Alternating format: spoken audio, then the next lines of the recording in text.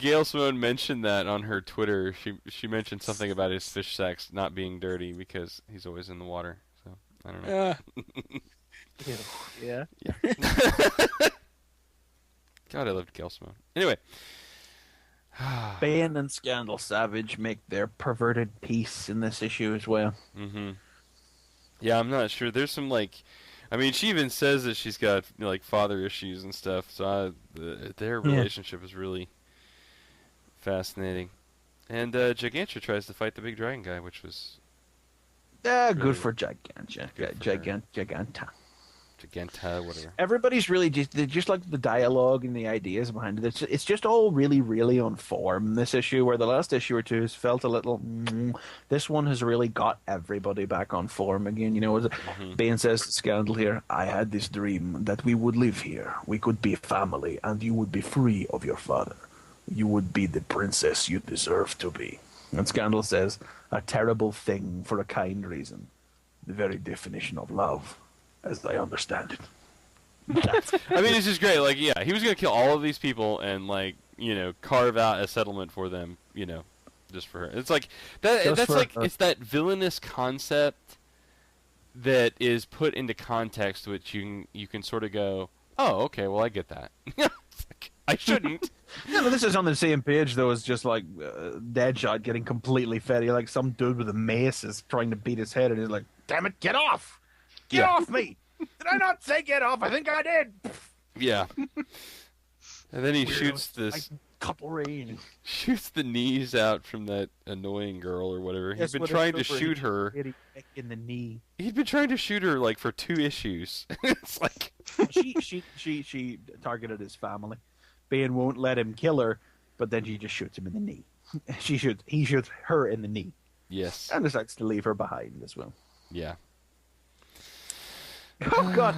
And Ragdoll is really on form as well, because Black Alice starts to lose herself in the pyre, and Deimos possesses her when she takes the dragon form, and then Ragdoll basically tries to calm her down by saying, "Lordy dear, I wonder if you might stop being an awful demon serpent hybrid from another dimension and stop killing friend and foe alike. I let you sip from my special cup, dear."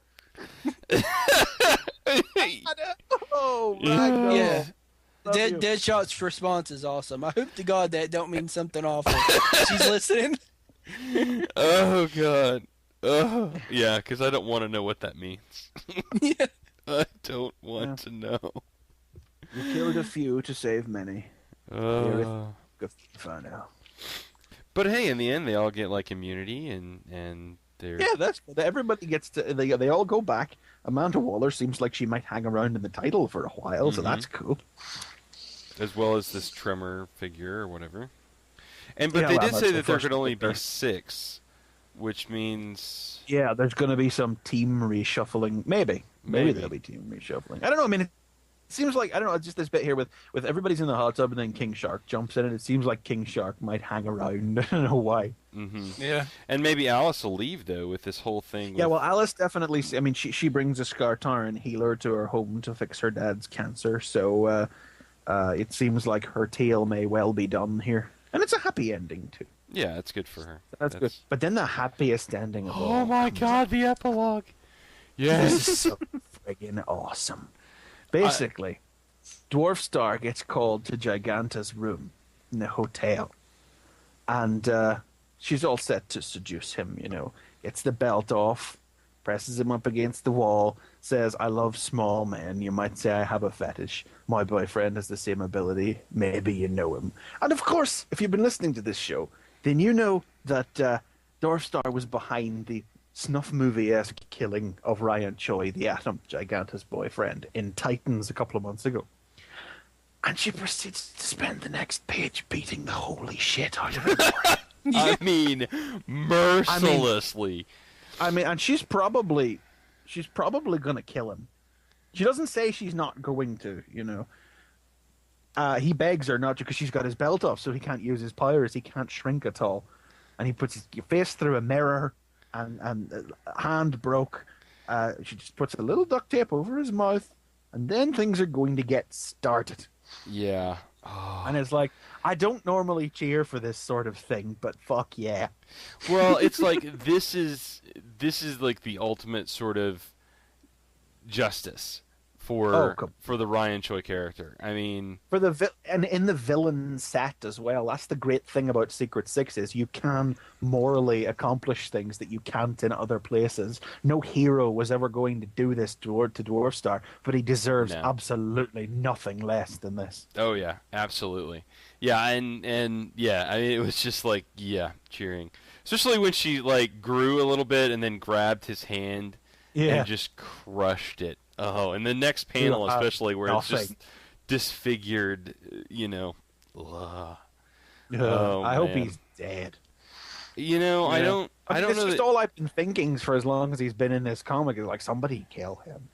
I don't know. I don't know if Gail. I mean, well, and it's like it would be fitting if she did because she made the character.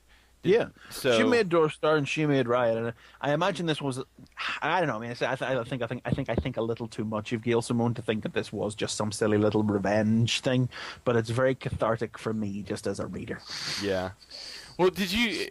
I love following her on Twitter, by the way, as anyone apparently knows. But she was mentioning that she found I can't remember what universe of figure, but it was a Ryan Choi. Adam I think it was Brave and the Bold. Yeah, Brave and the Bold. That's what it was. I think I asked her if it came with so weird that he is the Atom in Brave and the Bold, but he's dead. Yeah. You know, that's so weird. A little bit mistimed, I think. Yeah. Yeah. But yeah, that was absolutely Secret Six completely and totally back on form with this issue after a slightly dodgy couple of issues. Yeah, I can't wait for the next issue, though, with the whole stuff with Action Comics, because that was a good lead-in last issue of Action. Yeah, the crossover. Yeah, I mean, this is Paul Cornell plus Gail Simone equals awesome. Equals the win. So do we want to do a little bit of talk about Avengers, Earth Mightiest Heroes? I think we mentioned that we were going to try and talk about. We said we would. I couldn't get XV on, so but we can talk about Gamma World if we wanted to. Real Gamma quick. World was the Thanksgiving two-parter last week, episodes 12 and 13 of the series overall. And it was awesome. Yeah, it was pretty good. Yeah. I don't know what to say about it though. I mean, I don't really know what I have to say that I can't say about the Avengers as a whole. Well, it was Jeffrey Combs, for God's sakes. Yeah. I doubled my dose of Jeffrey Combs in that weekend. Yes, it was kind of great, and yeah, exactly. I kept doing that, and everybody's like, "Who?" I'm like, "The guy. He was on." Philistine. You know, nobody knew who it was. So, in my family anyway. But no, I mean, it was sort of. I'm still not really clear on all the stuff that's going on with Black Widow and like between her and. Yeah, I mean, when she was walking up that hallway, I mean, I rewound. I wanted to look at her shadow. I thought maybe it was the Enchantress. And I was going to be like, oh, okay, they're not going that route. Maybe it's that's her shadow. That's her. Well, I'm beginning to think. I don't believe she's all evil and shit. Yeah. Well, I'm beginning to think that she's a double agent, actually. You know, I'm beginning to think maybe she's not actually a member of Hydra. That maybe there's going to be something new. Something's going to happen, and it's like, oh, she did this for Hydra, but she really did that so she could get closer to this guy and take this guy out or something. You know, something crazy like that. Yeah. So I don't know. I mean, it was kind of weird though that there was the whole thing where it's like, oh well, once they're not under the effect of the Gamma Dome, then they turn back. Like really? But whatever. The leader is a benevolent ruler. Yeah. And he has made it so. Yeah. Right. I really like the part with Absorbent Man where Leader tricked Thor to call his hammer. Oh my God, that was completely awesome. Yeah, and he did it. He took the hammer and he absorbed it, and then he just started beating the bloody hell out of Thor. Yes, I am concentrating. Yeah, and then holy crap! That was the most awesomely. Oh my God. Yes. Yeah. Yes. I don't know what was going to happen. I mean, I thought he was just gonna like summon up some lightning or some shit. I thought when he said "I am concentrating," thing. I thought he was just going to bring the fury of the storm down. But the very lifted him up, and it was like wham smash. It's like right, yeah, baby. Yes. Oh yes, I've forgotten about that for a moment. Now I remember. It was awesome. It was very good. I enjoyed it a lot. And the stuff at the end where like, so Hulk, are you staying? And he's like, I'm only going to stay if he stays, because it kind of seems like the only one he trusts is Hawkeye now. Well, I wonder if it was that, or if I think there's a couple of ways to read that. Like, I almost want to read it as Hulk saying, "Well, I'll stay if he stays," because he didn't. I don't know if he really thought that he would stay either, and he's like, "Oh, well, we're gone." But I know that wasn't it. But I mean, I guess this is our team now. Then anyway. Well, we have one more though. We still have one more character to add to make it full Avengers. Who are you thinking of? Wonder Man. Oh, well, yeah. I suppose they might. But just think might that not be this probably, season though. Yeah. Wonder Man might not be this season. He might be like next I'll season bet you that'll be at the season end though. like he'll switch sides or something. Yeah, he'll switch sides, and they'll. Let's hope not Mockingbird. They've managed to turn Hawkeye into like an interesting character that I kind of want to. Oh, Hawkeye's been interesting from the start. So I really liked him in this show. The whole him being a dude on the run and him being like this ex-SHIELD agent, I think that's been awesome. yeah, and I mean, obviously the episode just appeared, so you guys haven't seen that one. So there's a little more of that character in the episode from today. But yeah. God, I need.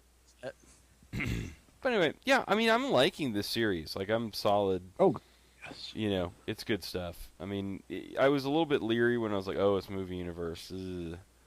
But I think it's come across pretty well. So, solid. Anyway. Yeah, I mean, we've got Masters of Evil this week after weeks and weeks of build up to this. So, definitely looking forward to that. Yeah, all I'll say is it's a solid episode. It's in fact, I would say that in some ways I think it's as much stuff from like both episodes of Gamma World, like other than sort of the epic like MacGuffin. It's a decent amount of stuff crammed into one episode. So stuff is always good. Yeah. Yeah. I can't say what the stuff is. Well, I actively look forward to Avengers every week, so I'm really looking forward. I mean, this is definitely working its way up to being Marvel's best cartoon ever. Yeah. Yeah. I mean, and that's like really hard to say because I loved Spectacular Spider-Man. Yeah. Oh my God, I love that show. Yeah, this is solid good, and I mean we don't get we say this is Marvel's Justice League, really, but this show is better now at this point, 13 episodes in, than